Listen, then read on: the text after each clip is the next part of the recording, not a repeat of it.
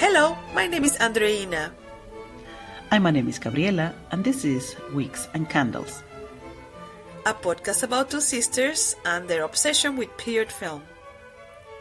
Welcome to Season 3. We are so happy to be back. Yes, welcome, and thank you for your patience. We had planned to release this season last fall, but we are two busy moms and we got caught up in the complications of daily life. But we are back and ready to launch our brand new season. Yes, Nene, and for this season, our Season 3, in addition to an amazing selection of films, we are also going to try a few new things. That's right, Gaby. We are going to try a brand new platform for recording. We also have a new section and some special new guests. So thank you for being here. Let's do it!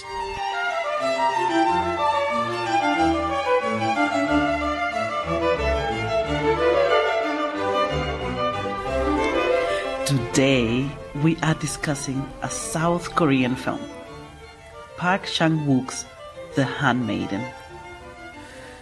Yes, Gaby, our first East Asian film. I am so excited to discuss this movie. But Gaby, can you tell us a little bit how we came to pick this movie? It's a little bit of a story. Yes, Nene, a funny story. But with a happy ending.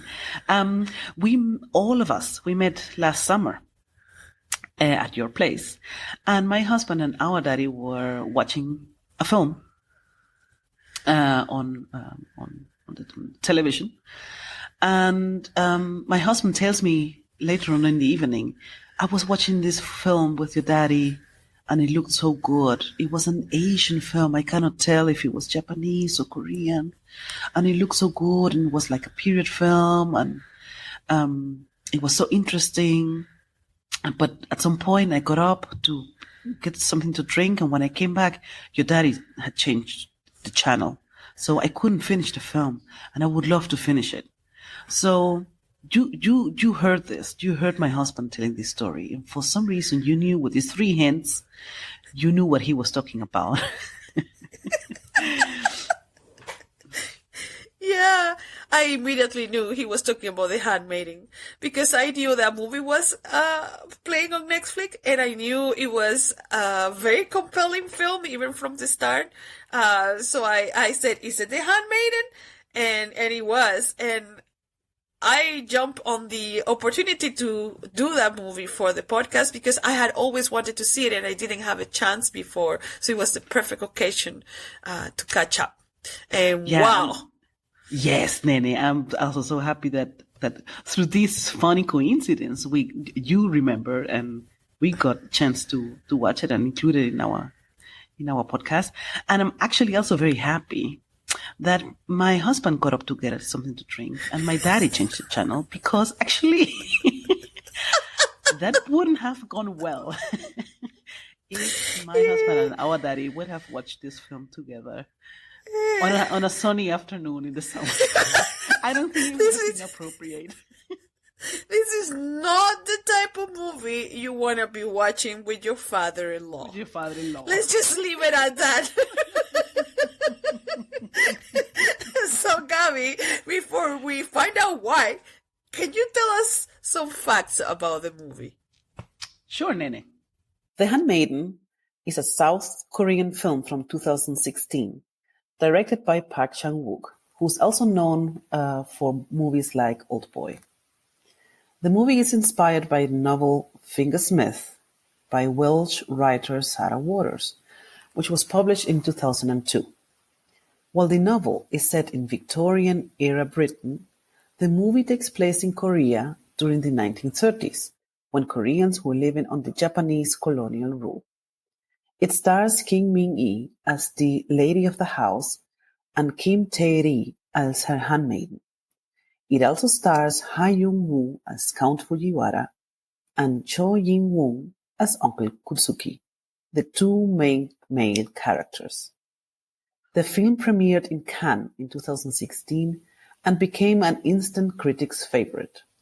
It won numerous awards, and notably many critics awards, including the Busan Film Critics Awards in South Korea, the Chicago Film Critics Association and the Los Angeles Film Critics Association's Best Non-English Language Film, as well as the BAFTA for Best Film Not in the English Language.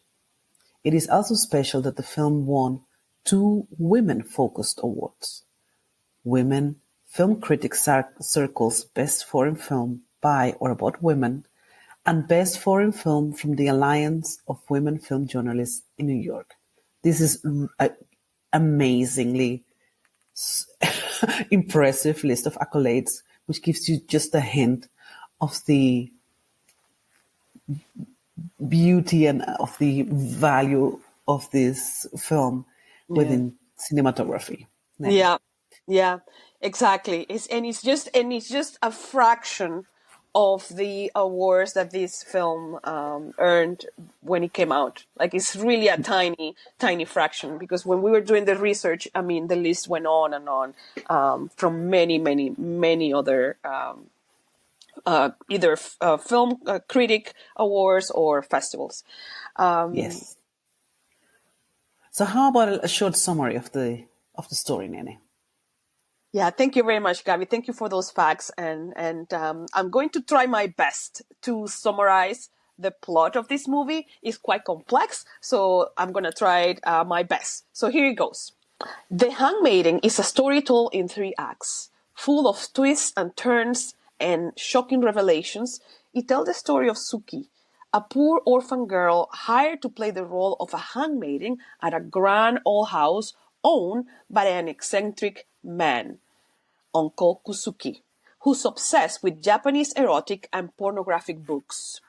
Suki's job is to convince the lady of the house, Lady Hideko, to fall in love and marry Kon Fujiwara, a con artist and Suki's partner in crime. However, Lady Hideko and Suki fall in love in the process, unleashing a series of events with ever more surprising consequences. Woo! Yeah, there's not much more that we can add because you better watch the film. Yes, because we don't, and something that we always say in every episode is, while discussing this movie, we will most likely discuss spoilers. So the best, what we recommend is to go watch the movie and then come back and listen to the podcast, because we try not to give everything away, but when we discuss certain things, some things will come out, like the ending and other important pieces of the story. So, okay, Gaby, let's move on to the discussion now. This is the first time we are exploring a time period that is so late in the 20th century. It's specifically it's the 1930s, but it's also outside of North America and Europe. The film depicts a period when Korea was still under Japanese colonial rule. So what happened is, between 1910 and 1945, Korea was ruled as part of the Empire of Japan. And Korea only became free when Japan surrendered on August 15 during World War II. So my question to launch the discussion is, did you feel that you learned about the period? And did the historical context inform your understanding of the story? Nene, very interesting question, and also not easy to answer, given the fact, as we mentioned at the beginning, that we're not so familiar with this period of history and also area of history. However, I did learn a little bit, meaning the fact that this happened, I was not aware of at all. And so this gave me already the first glimpse of the incredibly fascinating piece of history. What I also found interesting is how the film portrays Uncle Kutsuki, who, in spite of all these Koreans being under the influence of colonial Japanese rule, one would think they would reject everything Japanese because they were under their oppression, let's say. And it was exactly the opposite. Everybody was trying to aim and to reach Japanese manners and Japanese style of life and so on. So they would really look up to Japanese a lot. They would learn Japanese, and the Uncle Kutsuki had a beautiful house where he combined both of the things he liked the most. He had one part of the house that was very Western European, that was built according to English inspirations and standards. And he had an entire part of the house built to Japanese, in Japanese style, Japanese architecture. Yeah. So I found that interesting how they combined in this period, how they combined this Pan-Asian style and surroundings. I was not aware of that. I found it fascinating. Yes. Yeah. How about you? What did you take? My impression is very similar to yours because I am very ignorant of the history of Korea and Japan. And I did not know this specific period of time, and that Korea was under Japanese rule. Probably this is something that we should have known, but here we are. We didn't. So I did learn that. And what I found fascinating when it comes to the movie itself is that the script. The novel, the novel in which is based takes place in, like we said, Victorian Britain, England, and here is taking place in a completely different time period and place. But the movie, the script, let's be specific, the script managed to portray the dynamics of the historical context very well, and they become a very important part of the plot and the narrative and the relationship between the characters, because Suki, she is Korean, and the reason she's picked to do this job, to go and work as a handmaiden in this grand old house, is because she speaks good Japanese. So, right away you can see the advantages of knowing Japanese and the advantages of being knowledgeable of Japanese culture, to be able to kind of work your way up and find better opportunities. So it was fascinating. And this dynamic between the Korean culture and the Japanese culture play out in different ways as well. In particular, I don't know if we can. I think maybe we can bring it already into the discussion, because the rest of the discussion is going to touch on this very much.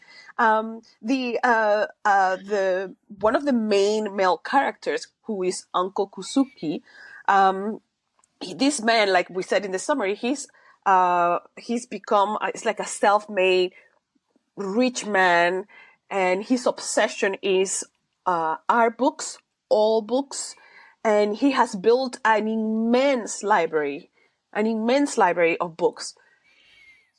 The twist, the twist in the plot and the story is that these are all erotic and pornographic Japanese books. So he's obsessed with Japanese culture, and I think at some point, when the fake Count Fujiwara is planning their whole con job, he says he's completely obsessed with Japanese culture, and I'm going to play this Japanese count so that we can seduce him and obtain what we want from him. So it plays out in many different ways, this dynamic that happens because of the historical context. So I found that fascinating.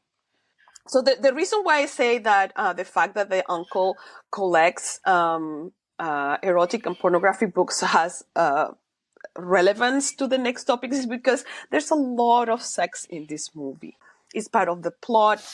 It is something that advances the story. Is a central part of this movie. I myself enjoyed the eroticism and the visuals of this movie, but I was really curious to see how it had been received. Obviously, the film was extremely well received, but this particular aspect, I don't know. I found this quote by one of my favorite writers, Jia Tolentino. She's a young, bright writer from the United States, and she wrote an article for the New Yorker.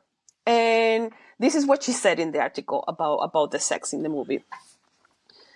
She says, and I quote, "Sex, inevitably, is at the center of all this code switching. And yet, sex proves liberating only for the women in the plot, not the men."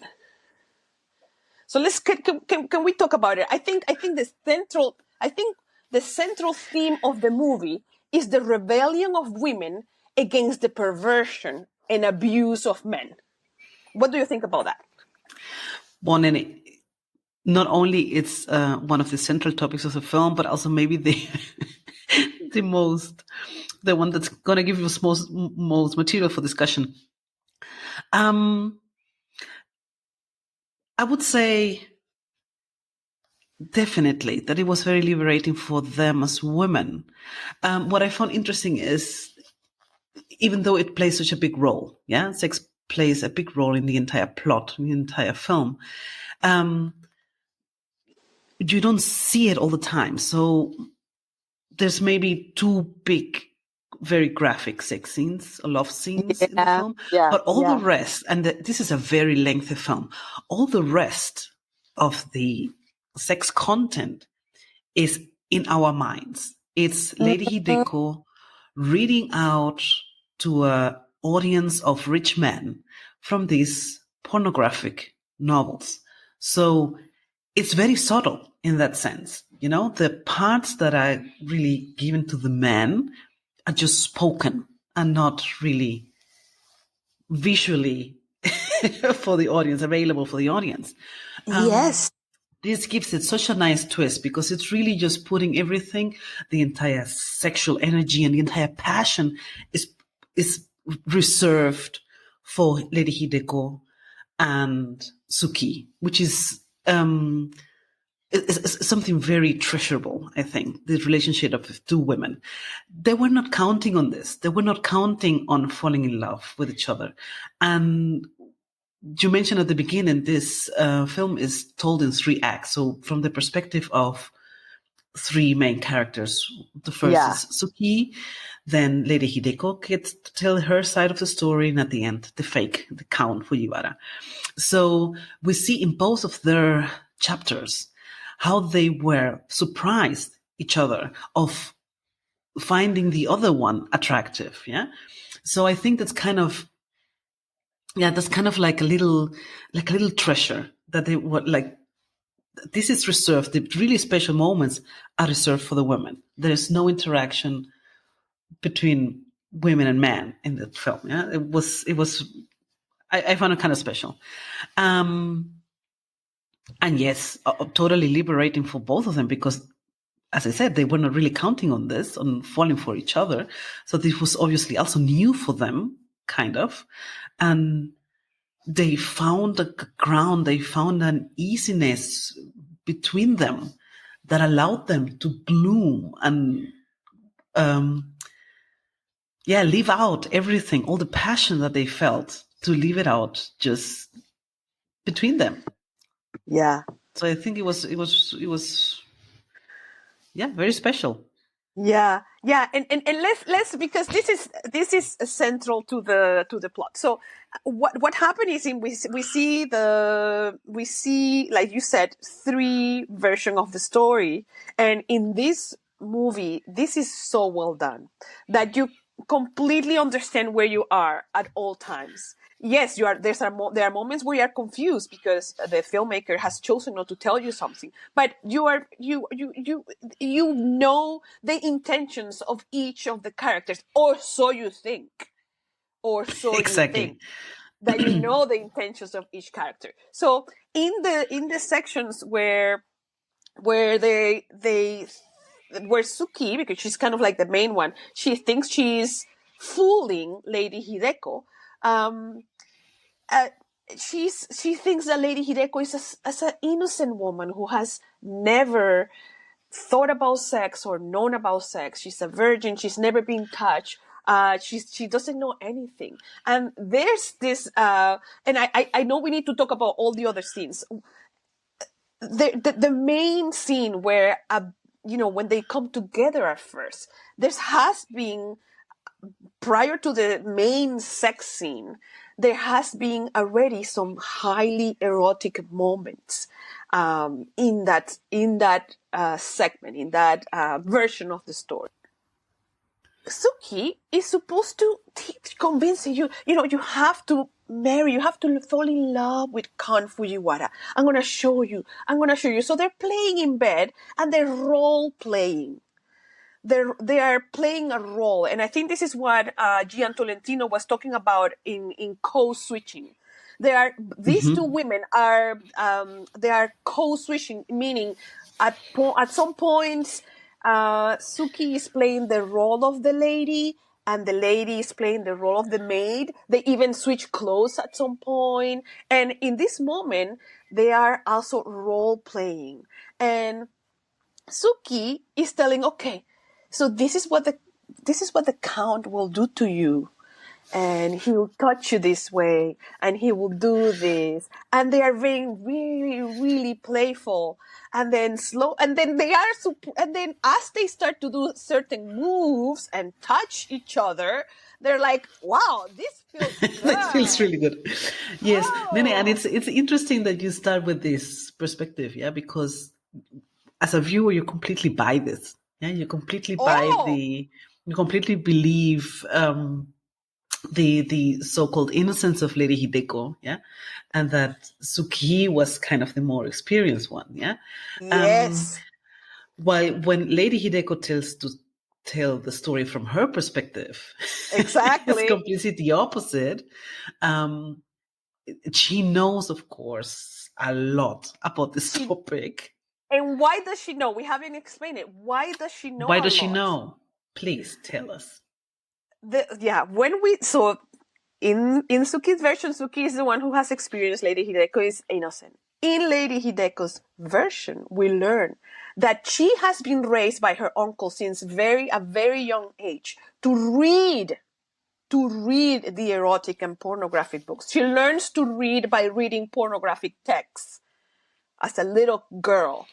And the uncle's wife was doing this. She was doing the readings. And then she went mad. She couldn't take it anymore. And she died by suicide.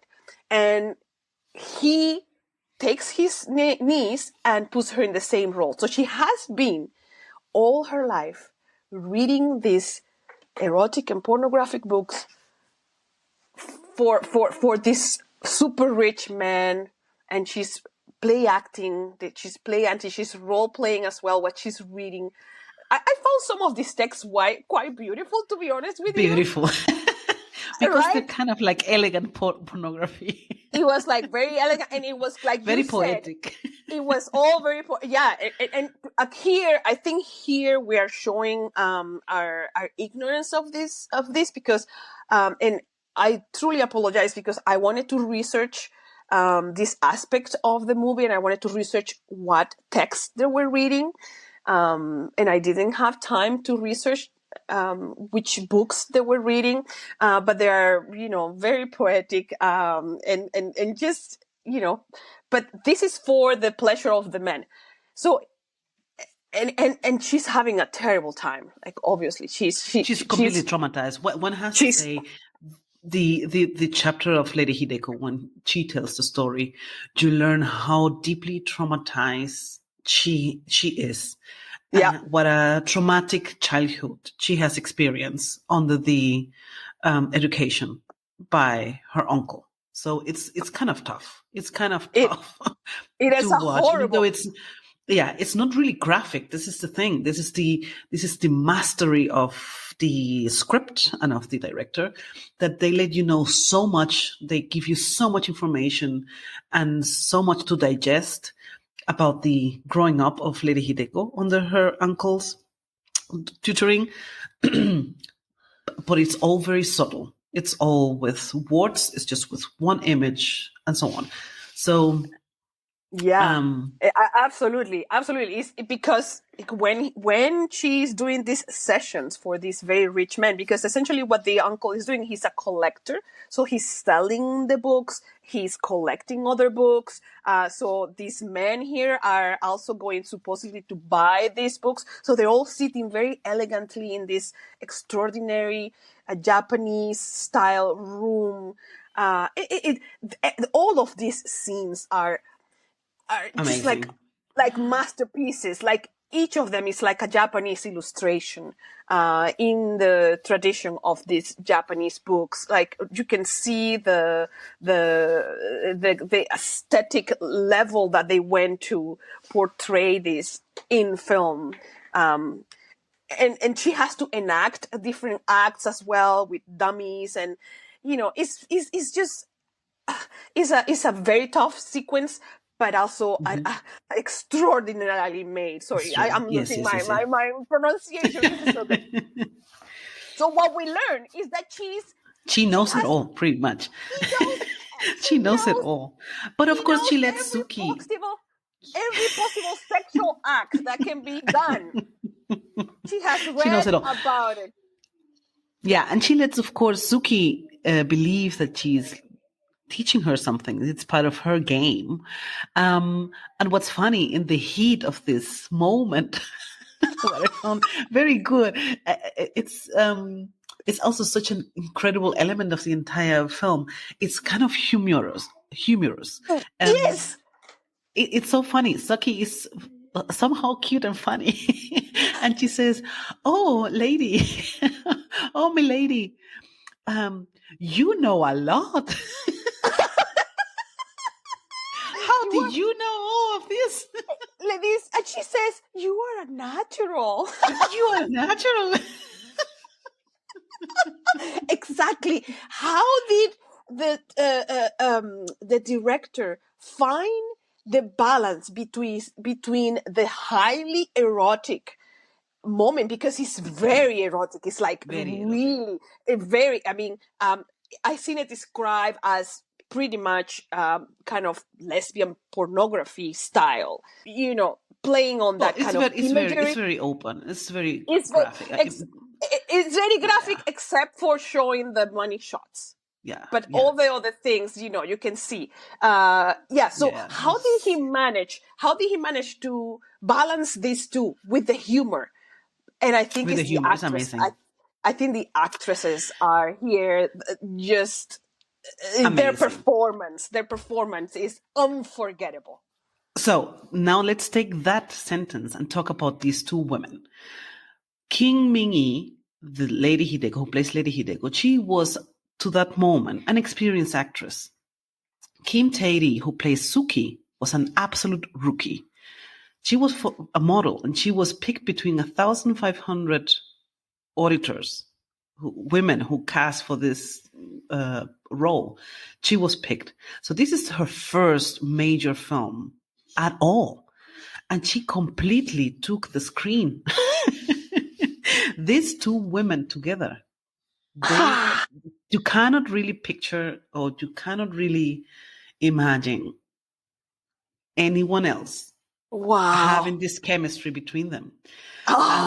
So Kim Tae-ri admired already Kim Min-hee, the other actress, the experienced actress. She was always looking up to her. So for her, it was a huge honor to play with her in that film and to learn from her. So they really took her under their, like the film crew and Kim Min-hee, they really took her through this journey of doing this entire film and of course, these very demanding scenes.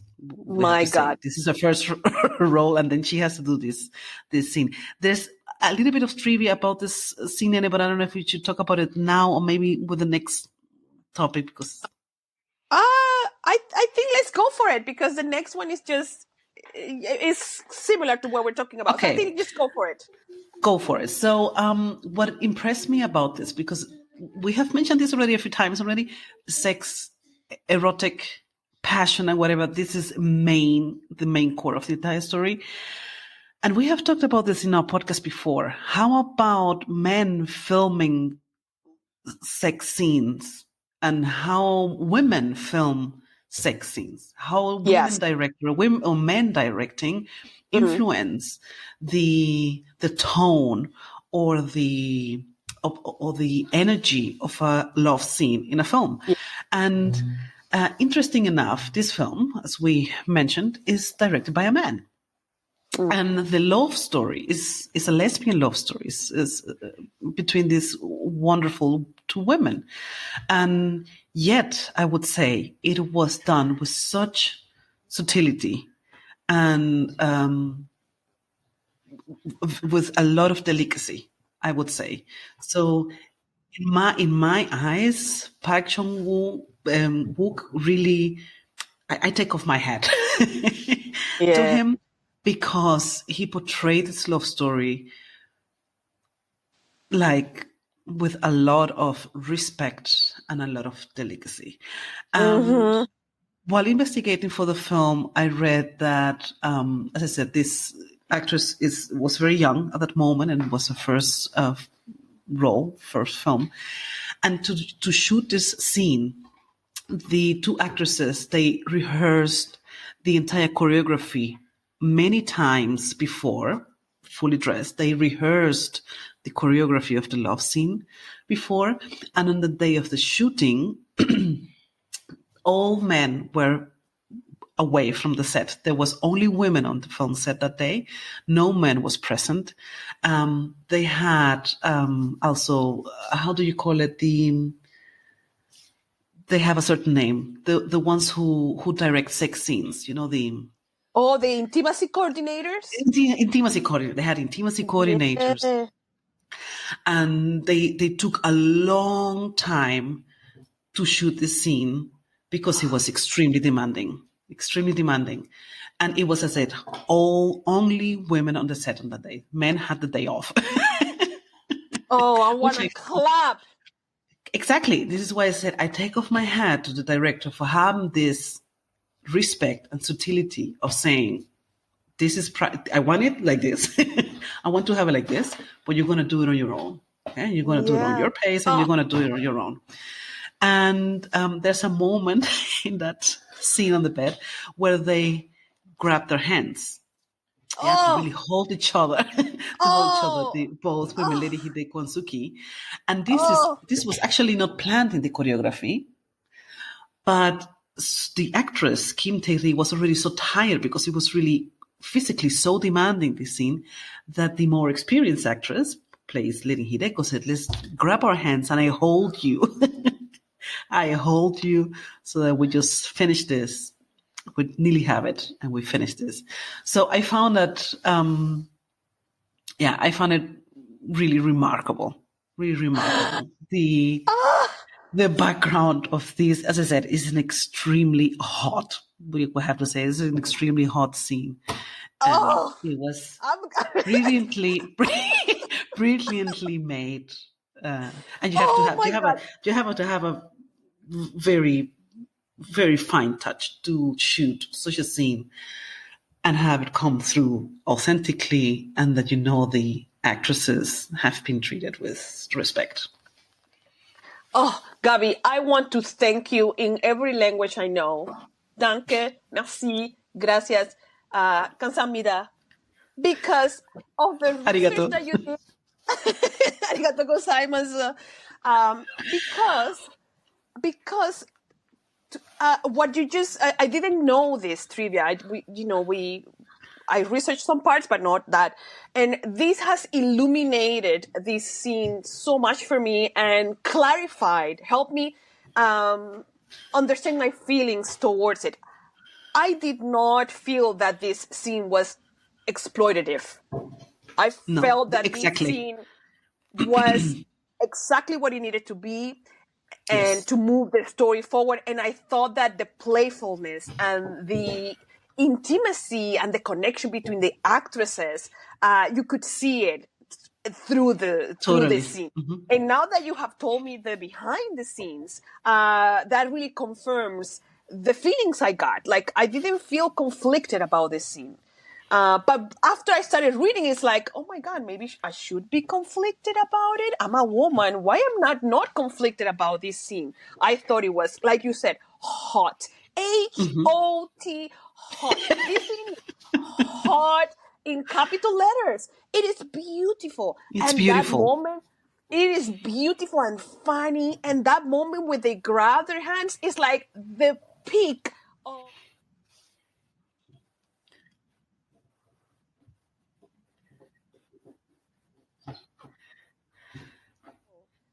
connection Yes. of Yes, their energy exactly. coming together. And when these two women, that you start to think,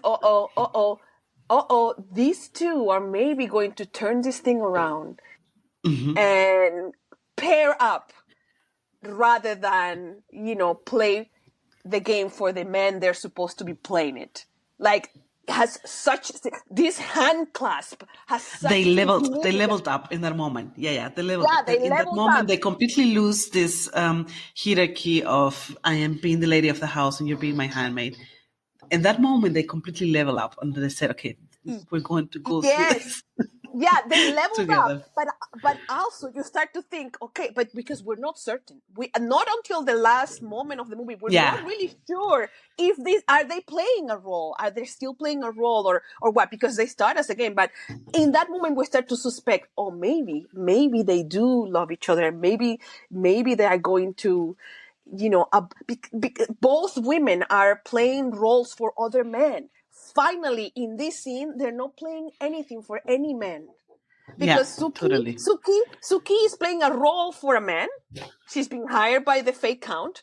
And Hideko as well. She's been playing the role of this erotic reader for her uncle or her life and for this man. In this moment, this belongs to them. Yes, This is the moment that this totally. belongs to them. Their pleasure, their bodies, their decisions, their minds. And I think you can completely feel this when they, when they clasp those. I think what a brilliant thing to have happened. Anyway, that's of course you have to hopefully watch the movie first because we have Please do spoiled watch. we have spoiled it to no end. But yeah, and the thing is, like you said, this is just one scene, and there's just another one, but it's so memorable. They're so memorable, and that's pretty much. And this, it is a main topic. It is the entire trauma of Lady Hideko, and at the end of the day, what really opened their eyes that they really loved each other was this love scene, was this night that they spent together. So it's a core topic of the film. And it's just this. The rest of the film, you don't see any, at least not graphic nudity or whatever. And it was sufficient. It was sufficient. And they didn't exploit it. Mm-hmm. They did, yeah. And maybe we can go to the next quote before we move on to the other two sections that we have prepared for this episode. I found this. I was reading an interview with the author of the book, Sarah Waters. So she's the author of Fingersmith, the novel in which the movie is based. And she said Fingersmith was about finding space for women to be with each other away from prying eyes. And then she continues, though ironically the film is a story told by a man, it's still very faithful to the idea that the women are appropriating a very male pornographic tradition to find their own way of exploring their desires. End quote. I thought that quote was so interesting, and especially the word appropriating Yes.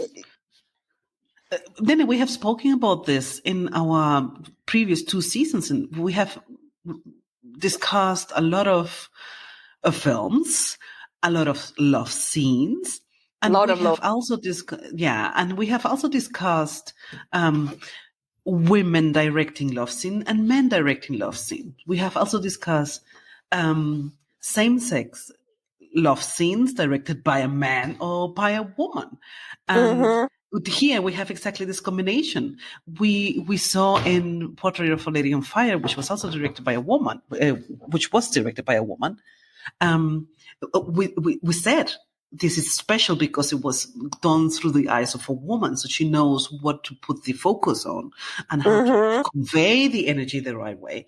And, how would it be if a man would direct such a scene? And we have seen it here.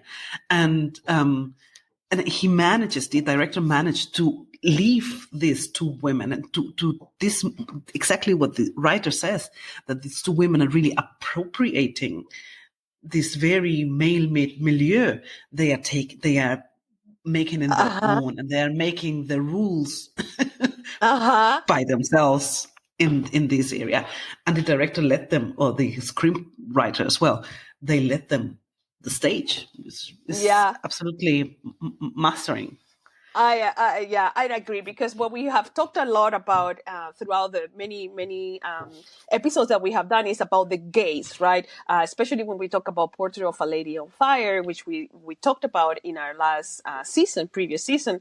It was all about the female gaze and what the female gaze wants to see and where it wants to direct your attention to. And I think in this movie, magically, like what you said, Park Chan-wook really somehow managed to take away the male gaze. You don't feel the male gaze. You feel that this gaze is for each other. Yes.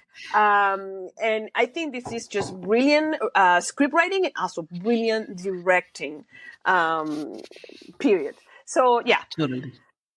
Okay, I think we could talk about this for a long time, but there's other aspects of the movie that we want to explore as well, obviously, because so far we have talked a lot about the sex and the erotic aspect, but we haven't talked a lot about the fact that this is a period film, and one of the things that we always like to. The thing that we love about period film is that it takes us to another time and another place, and it gives us a lens to the life of women. Maybe we can just add a couple things here. I mean, their liberation is that they stop playing their roles for men. I think that's a very good way to see it. Yes. Yeah, they both of them at certain point stop playing the roles they're supposed to play for men, and I start playing the roles for each other and then for their own lives. And I think this says a lot about, this, and what women need to do to have agency, to live their own lives. They had to do a lot, and it's very empowering as a story. It's very empowering. And what I also liked about the entire story which is maybe one of the topics that our mom would like about the story. It has a touch of revenge. Oh, yeah. And and this is always, as you just said, very important on evil men. God damn it, because that man, Uncle Kusuki, is one of the evilest characters I ever encountered in any movie, book, or anything. He was a monster. So Lady Hide could really, we're not going to give it away, but she really took revenge on these two men in the best way possible. Oh, there's a scene. Oh, there's a revenge scene that is extraordinary. It is aesthetically perfect. Aesthetically perfect. Should we talk just a little bit before we go into a quiz? If I'm not mistaken, you're talking about the library scene. Yes. Yes. So just to wrap it up, this Uncle Kusuki has millions books which are worth millions in his library, which he has designed and made super poshy. So once the two women figured out that they were kind of being tangled up in a bad plan that would end up bad for both of them, they decide to break free, leave the house. Uncle Kusuki is leaving for a couple of days, so they say this is the moment. And then they go to the library and they destroy the library. So the contrast of what you have seen previously in the film of this space of the library, which is just pure perfection, architectural perfection. It has a part that is like completely I would say completely Western European, with dark bookshelves and paneled wooden floors and so on. And there's another section of the library which is in absolute perfect Japanese style with rice mats, and the entire Japanese style. And you have seen all through the film what a perfect space of tidiness, cleanness, arrangement, symmetry. It was a sacred place for the uncle, who would play all his perversion. He would just let it loose in this room.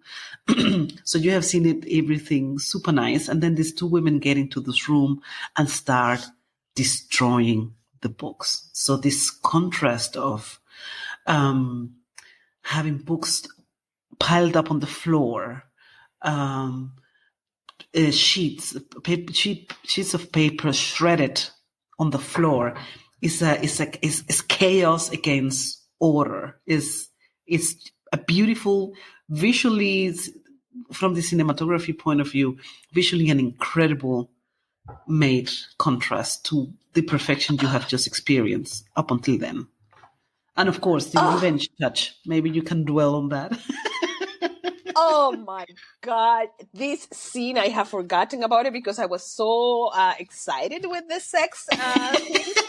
I will say this is an perhaps even superior moment in the movie. I mean, and I love what you said, the cleanliness and the space is so clean. However, what happens in it is so dirty. So perverse and dirty. So completely. perverted, right? Everything that's happening there is a whole of perversions and ugliness, right? For the service of men.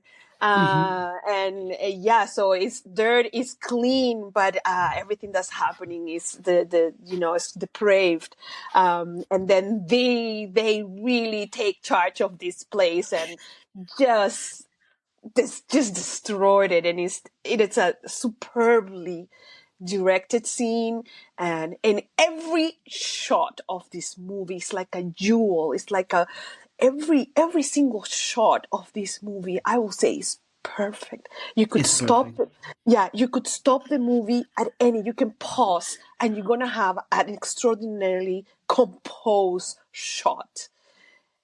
Completely. You can pause and you're going to have the composition, the framing, where the people are standing in relation to each other, where the colors, the color palette, the geometry of the Japanese architecture, they use Japanese, the symmetry of the Japanese architecture for storytelling. It just like goes on and on and on in the richness of visual language. It is just unending. The beauty is unending. Yeah, Totally, but I think, totally agree. And this scene is like the peak of that aesthetic achievement. Yes, because they're breaking chaos, but it's beautiful how they also throw bottles of ink over the books, and the ink just flows in a perfect arc of readiness over the books. Amazing. Yeah.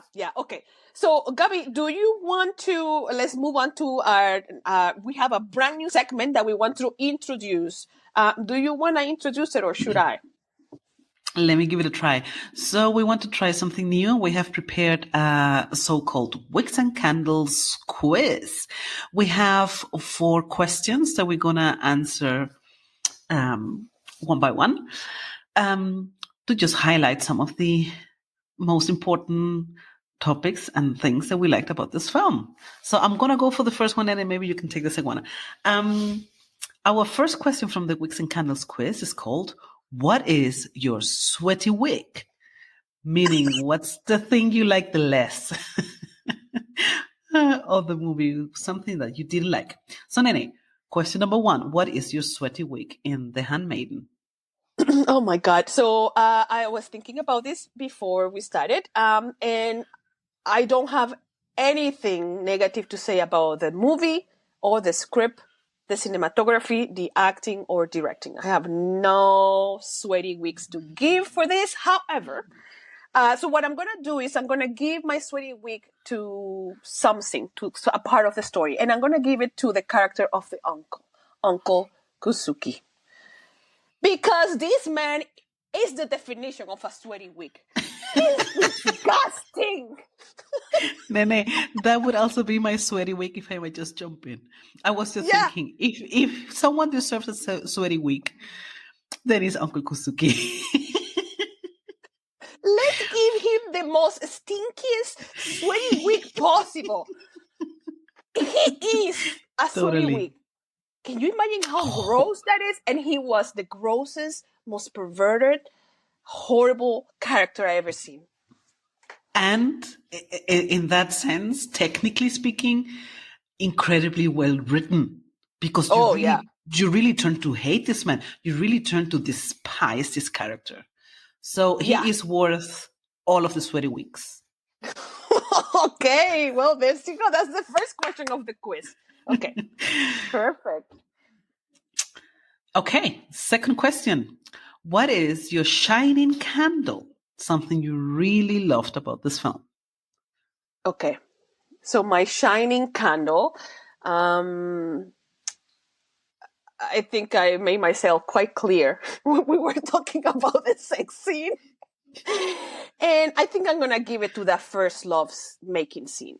It is just masterfully directed. And after you told me the behind the scenes of it, I'm just more in love. The sexiness, the humor, the pacing, the acting. It is absolutely exhilarating. I was just giddy. I was giddy when I was watching it. It's like, I can't believe I'm seeing this. I was completely overtaken by the storytelling. I was moved in every sense. I was moved aesthetically. Like my mind was going. It's like I was thinking about the shots. There's this shot of Suki between Lady Hideko's leg. So it's hilarious, it's humorous and funny. So it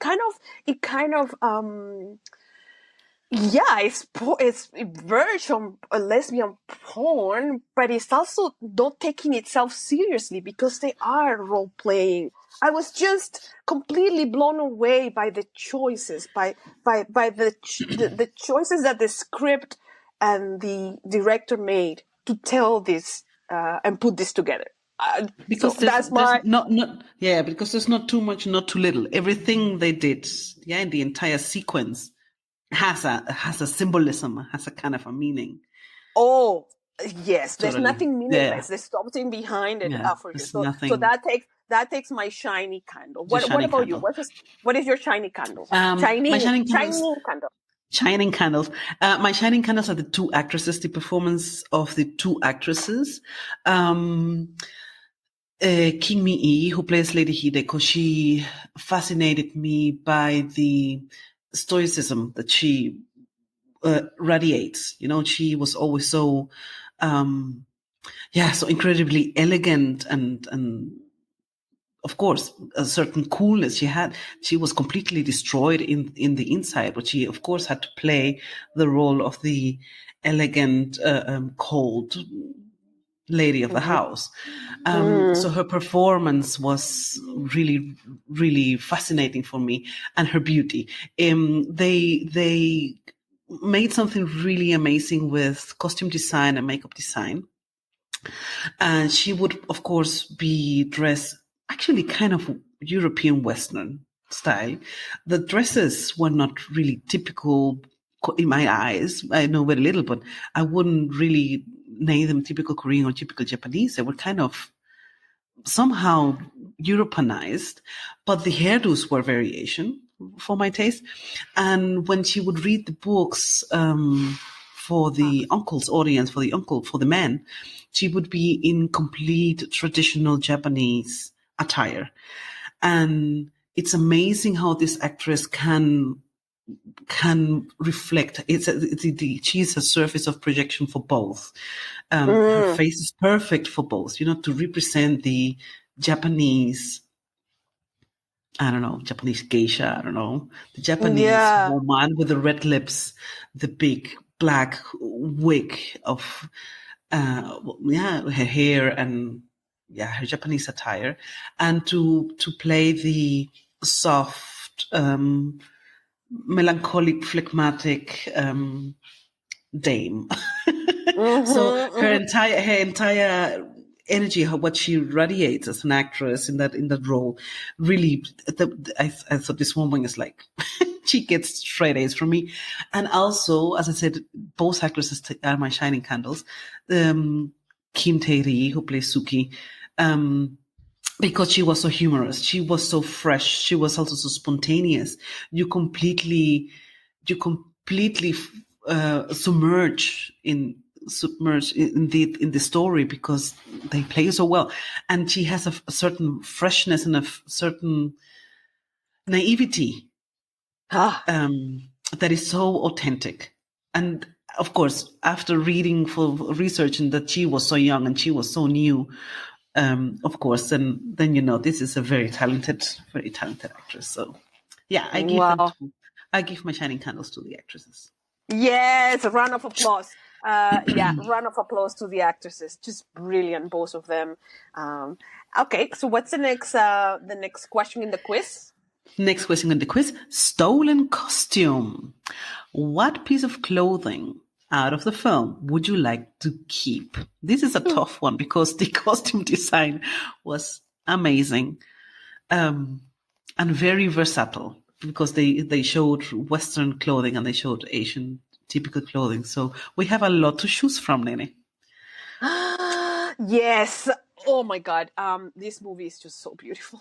And I surprised myself answering this question, because I thought I was gonna pick something either Japanese or Korean for my stolen. I think probably if I watch again, I will probably pick one of those more traditional pieces. But the ensemble that I just, as soon as I saw it, I said, this is what I'm keeping, was at the end of the film, Lady Hideko wears this Western clothing, and she's wearing like this long black pencil skirt with this beautiful white blouse. And I just lost my mind. A very I do want that 1930s outfit. a very 1930s, just exquisite. I was like, this is the piece of costume I'm keeping from this time period. It was just so beautiful. Just this long black skirt and this very beautiful, delicate white blouse that she's wearing. And yeah. Beautiful, Nene. What is your Oh my stolen gosh. costume? I would need a huge suitcase to pack all my stolen costume pieces from this film, if we may say so. The costume, as everything has been perfect in this film, the costume design was one of them. There's a lot of close-ups to clothing. There's a close-up on the shoes that Lady Hideko gives Suki, a pair of shoes, because Suki lost one shoe, so you see a close-up of the shoes, and they're beautiful shoes. I love them. Maybe I take those ones. I put them as first in the suitcase. Then there's a lot of gloves. Lady Hideko wears a lot of gloves. So you see a lot of gloves, and also close-ups of the gloves. That she has drawers full of gloves. And she has black gloves that she uses a lot during the film. So that's also kind of like a very, very unique piece of wardrobe that you repeatedly see in the film. There's one scene when Lady Hideko is just like playing with Suki, like making her believe that she's so beautiful before they really fall in love or whatever. And she lets Suki try some of her clothing and some of her dresses and some of her jewelry. And then you see, you also has a close-up shot of the corset and the bras that they're wearing. And it's incredibly handcrafted. The fabrics, the buttons, the lace. It's breathtaking. The beauty of this, pieces.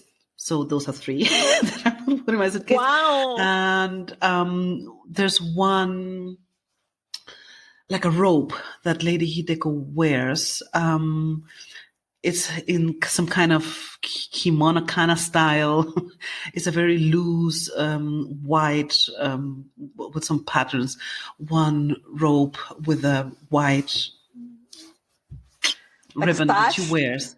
Yeah, that she wears for her honeymoon night, for her wedding night with Kono Fujiwara, and she jumps into that.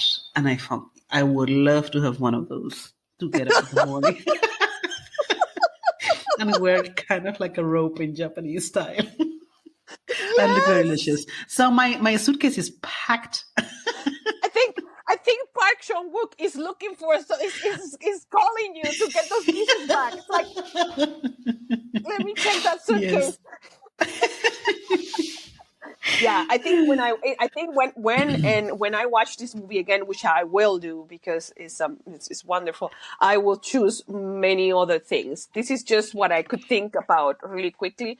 And I think really quickly before we move on, yeah, the shots of the clothing, of the materials, of the material world where this movie takes place is extraordinary. I think is how it's shot. I mean, I think this is specifically cinematography, which is the lens that you use, the cameras that you use. Everything is so beautifully detailed and crisp, and the attention to detail is just The attention to this. Yes, you've it's said it beautiful. correctly. That's beautiful. Okay, baby. So let's. Last question in our quiz. If given the chance, would you time travel to this period? Yes or no? Oh my God! So would I travel to 1930s Korea under Japanese rule? Yes, it's a tough question. I'm going to say no because, and this is why, not because of the place, because I would love to go to Korea and Japan. Yes, me too. Very much. I would love to go to Korea, but not under Japanese rule. That must have been pretty terrible. So just living under any colonial rule must be a terrible, terrible way to live. But why? Because I don't like the 1930s. This is not a period that attracts me. I am more attracted to, more removing to the past, more removing to the past. Like this is a time where, I don't know. Of course, the condition of women must have been better than if I go back to 1830s. Yeah, although 2022 we see that not much has changed overall, but yeah. So I don't know if I would go. I don't know if given the choice, I don't know if I will go there. What about you? Would you time travel to 1930s Korea? No, Nene. And you know why? It's because it's too relatable. Everything that it's in the 20th century, for me, if I reflect on it, it's too close to our history, even though it's 100 years Yeah. ago. But it's already too relatable. The further back we go in time, the more abstract it becomes. It's a silly explanation, maybe. It's a lame excuse, No. maybe. No. But No. everything for me in the 20th century is too relatable. It's too close. So Yeah. I could relate to my grandma. I could relate to my in-laws' grandparents who suffered so much. It's just on the verge of the Second World War, so you know what's going to happen. So it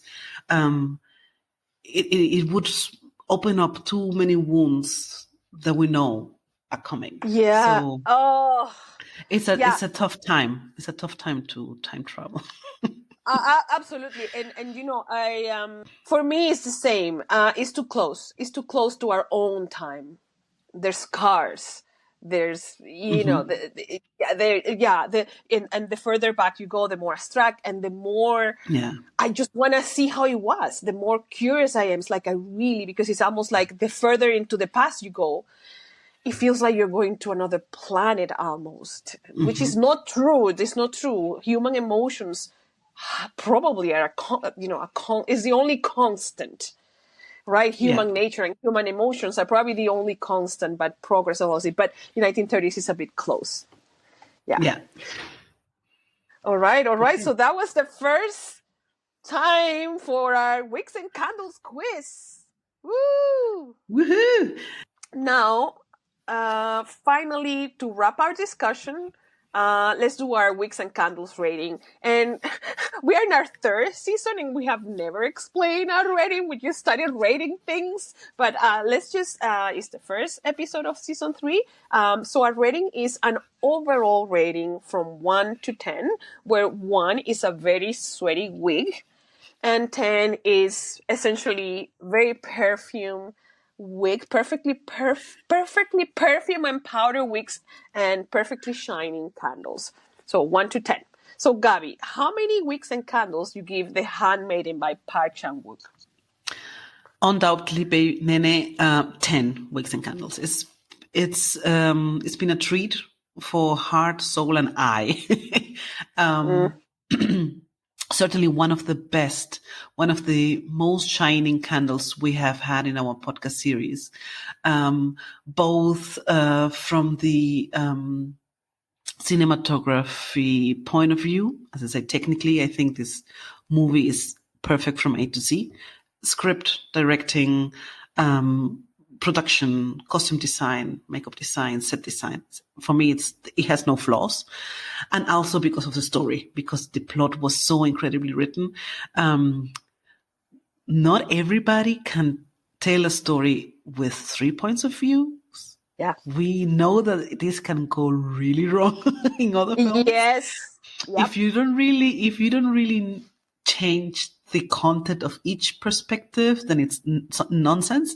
And this film managed exactly that art of really telling the same story from 3 different points of view. So the content of the film, the performances, for me, it's an absolute, there's nothing bad to say about this film. How about you? It's a 10 from me as well. 10 wigs and candles. This movie is an absolute masterpiece. Visually, in terms of storytelling, in terms of mood, and in terms of, perspective, how to tell a story that is period, but in such an innovative way. And you're never lost. You are never lost, but your hand also is not being held. This is a director that respects the intelligence of the audience to figure things out and who trusts the filmmaking to tell you what's happening. They don't have to spell things out. The storytelling, the visual storytelling, the script will tell you. So I think it's an absolute masterpiece that I will be watching. I mean, in every level, it's enjoyable to me. That is period, that it happens in Korea, the costumes, the acting, we haven't talked about the score. The score Amazing. was so extraordinary because it was that in between, and I saw like a little clip of behind the scenes, the making of the movie, and the set designers used a word called Pan-Asian, and I think you also used that word at some point. So going further than Pan-Asian is so strange because the movie has like a strange mixture of the kind of like the feeling of a Merchant Ivory British period film at times, with the soundtrack is very lush and romantic, but the images are so Japanese. Mm-hmm. And the contrast between, this shot of a perfect bamboo tree, but with this very kind of European score, it's just mesmerizing. It's just, your mind is constantly trying to, digest all of these elements at the same time. And I think this movie requires multiple viewings, not to understand it, not for understanding, but because it's so enjoyable. It's so gorgeous. I would love to see some of those shots again. This is the perfect movie to watch as a student too, because when you're Yes. at film, Yeah, when you're a film student, you can watch something and you have a lot of material here to analyze the symbolism of placement and shots. Like there's so much here for a film student writing a paper because you got the visual language is so rich. Totally. Yeah, 10. Totally agree. So it's a double 10 for The Handmaiden. Woo! Round of applause for our first Yes. South Korean film. I'm so happy, Gaby, that we chose this movie, that we took a chance. And I hope we did it with humility because obviously we are not knowledgeable of this director. Although he's very well known and respected, it's our first encounter with his work.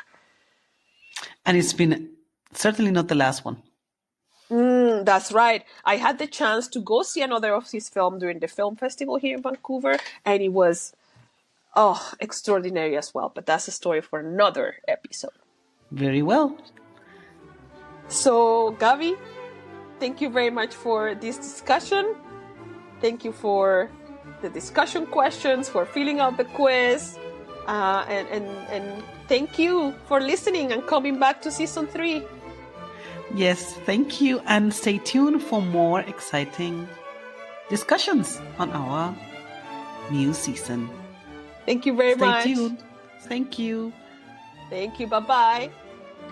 Bye. Bye.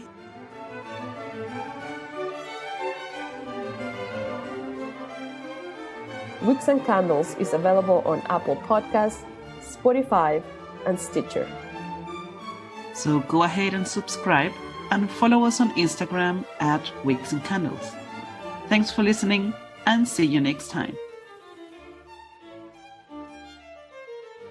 Wicks and Candles is written, hosted, and produced by Andreina Romero and Gabriela Moquen Romero. The image design is by Pamela Rollin. The podcast theme music is the Concerto for 2 Violins in D minor by Johann Sebastian Bach.